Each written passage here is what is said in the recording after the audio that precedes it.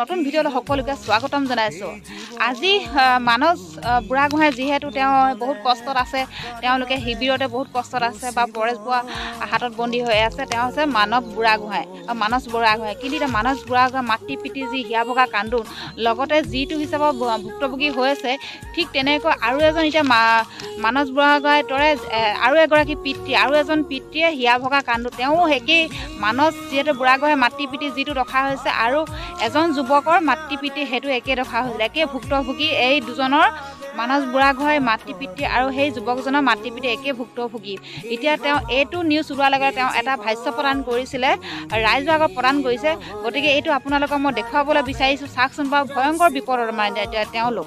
গতিকে চাওকচোন বাৰু, এই মানে বয়সস্থ মানুহজনে যিটো মন্তব্য প্ৰদান কৰিলে, আপোনাৰ শুনিলে চকুলো মানে টুকিব, ইমানেই দুখ লগা। সঁচাকৈ কিছুমান ল'ৰা ছোৱালী মাক দেউতাক পাহৰি পেলাই তেওঁলোকে আঁতৰি যায়গৈ, আঁতৰি গৈ পেলাই শিবিৰত যায়গৈ। তেওঁলোকে কিহৰ কাৰণে যায় নাজানো, হয়তো পইচাৰ কাৰণেও যাব পাৰে। কাৰ কি মনৰ কথা কোনে গম পায়, মাক বাপেকৰ কথা নাভাবে। এতিয়া সেই যে যুৱকজনে পিতৃয়ে যিটো মন্তব্য প্ৰদান কৰিলে যে আমি কেনেকৈ আছোঁ, কিন্তু ভুক্তভোগী মানে এওঁলোক দুজনে হৈছে, যিহেতু মানস বুঢ়াগোহাঁই পিতৃ মাতৃ আৰু লগতে এই যুৱকজনৰ পিতৃ। গতিকে বেছি দেৰি নকওঁ, তেওঁ মানে কোৱা ভাষ্যটো আপোনালোকে শুনকচোন বাৰু। পাইছোঁ মই হাজিৰা কৰিব যাব লগা হৈছে, সৰি বেছি ভাত খাব লগা হৈছে, কিমান কষ্ট পাইছোঁ। চলিটো হাজিৰা কৰি কৰি ভাত খুৱাইছিল মোক, মামৰ চলি নামত ইমান নামতে মাক এৰি থৈ গৈছে, তেতিয়াৰ পৰা মাকক ডাঙৰ কৰিছোঁ। সেই চলি আজি মই নোহোৱা কৰি পাইছোঁ, কিমান কষ্ট পাইছোঁ, হয়নে নহয়?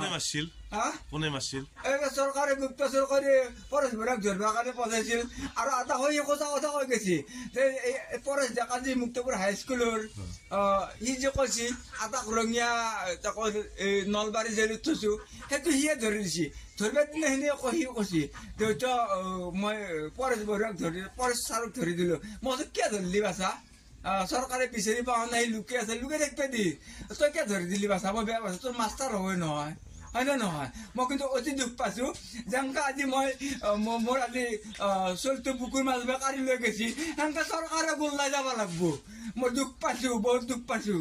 চৰকাৰে চলি গৈছে, ভাবিব লাগিছিল নে নাই? পৰেশ বৰুৱাক ধৰিবৰ কাৰণে নাও চলি মহাক 17-18 বছৰে চলি মহাক নাই নেকি? আৰু পৰেশ বৰুৱাৰো জ্ঞান নাই। পৰেশ বৰুৱা যদি থাকিলে হয়, জ্ঞান থাকিলে হয়, 17 বছৰে চলিটোক মৃত্যুদণ্ড নিদিলে হয়, গতা দিলে হয়। বোলে কিয় ভুলতে চলিটো আছে, আপোনালোকে হেৰি কৰি বিবেচনা কৰি চাওক কি কাৰণ আছে, কাজিয়া লাগি আছে নে কি হৈ আছে, সেইটো কথা মই তথাপিও কৈছিলোঁ। বোলে চলিটো কিজানি মাথাৰো দুখ হৰে, আমাক গোটেই দিয়ক, আমি চিকিৎসা কৰি চাম। বেলেগ দুখ হৈ কেনে যদি সেইগিলাখান সি বকিব পাৰে নে নৰে কওকচোন বাৰু, হয়নে? সেইকাৰণে মই কৈছোঁ মোক চলিটো গোটেই দিয়ক। আৰু মই এনেকৈ কৈছিলোঁ, আপোনালোকক যদি কিবা ক্ষতিও কৰিছে মই ক্ষতিপূৰণ দিম বুলি কথা দিছিলোঁ। বোলে আজি এই কোনোবা যে মহন্ত এই পুলিচ তাকো কৈছিলোঁ, যদি আপোনাৰ যদি কিবা কৈছে 20,000 টকা নিয়া বুলি কৈছে, যদি 20,000 নহয় মই 40,000 টকা দিম যদি নিছি। আৰু মই ঘৰ ভিতৰতো বেচিব পাৰিম নে, বেচিব পাৰিলে মোক চলিটো লাগে। বহুত দুখ পাইছোঁ চলিটোৰ কাৰণে, কাৰণ মামৰ চলি নে, মই ইমান মানুহতে মাক মৰছি, তাক মই কান্ধত 3টা চলি মই কান্ধত লৈ বোকাত লৈ মাছ বেচা যাওঁ, খৰি বেচিব যাওঁ, হাজিৰা কৰিব যাওঁ, খুজিব যাওঁ, গম পাইছি নে নাই? কিছু 2 বছৰ আগত সঞ্জীৱ শৰ্মাক আলফা স্বাধীনে কাৰাদণ্ড দি মৃত্যুদণ্ড দিছিলে, কি ক'ব, কিহৰ কাৰণে দিলে? এইটো চৰকাৰে পঠোৱা বুলিও কৈছিল, চৰকাৰে তাক পৰেশ বৰুৱাক ধৰিবৰ কাৰণে পঠাই দিয়া বুলিও কৈছিল। কিন্তু মই অতি দুখ পাইছোঁ, আৰু মই বাৰ বাৰ কৈছোঁ চলিটো পেটৰ ভৰৰ কাৰণে ওলাই গৈছে, ভাত বিচাৰি গৈছে, তেওঁলোকে সেইটো কথা নামানিলে। আৰু মই এইটোও কৈছোঁ কিবা যদি আপোনালোক ক্ষতি কৰিছে আমি ক্ষতি দিম, ক্ষতিপূৰণ দিম বুলি কৈছিলোঁ। আৰু যিখিনি কথা কৈছে একদম মিছা কথা কৈছে। সেইদিনাক লাগি যিদিনা গেছি তাৰে 10 দিনমান আগতে কৈছে 10 তাৰিখে দৰমহা লৈছি, দৰমহাটো লোৱা বুলি কৈছে মালিকে, যোন তাতে মালিকে আছে। কিন্তু সি যিগিলাখান কৈছে মোক ট্ৰেইনিং দিছে, কিবা দিছে, এইটো মিছা কথা, একদম মিছা কথা। তাৰে ভিতৰত এটা সঁচা কথা কৈছে, পৰেশ ছাৰক ধৰা বুলি যি কৈছে এটা নলবাৰী জেলত থৈছোঁ, সেইটো মুক্তাপুৰ হাইস্কুলৰ হেডমাষ্টাৰ পৰেশ ডেকা, তেওঁক কামাখ্যা মন্দিৰত লুকাই আছিল, তেওঁ মোৰ চলিটোৱে ধৰি দিছে।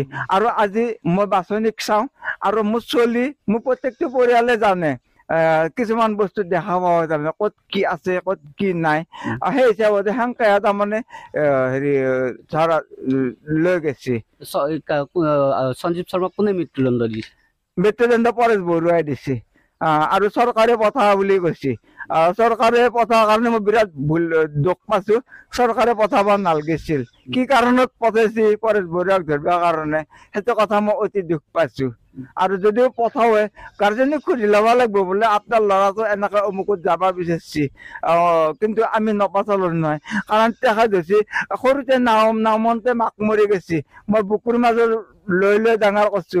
সিহঁতৰ বিচনা নাছিল, বিচনা মোৰ বুকুৰ ওপৰত বিচনা, বুকুৰ ওপৰত এনেকে ঘুমাই লৈ লৈ ডাঙৰ কৰিছিলো। কাপোৰ এখন নাপাওঁ উৰবাৰ কাৰণে।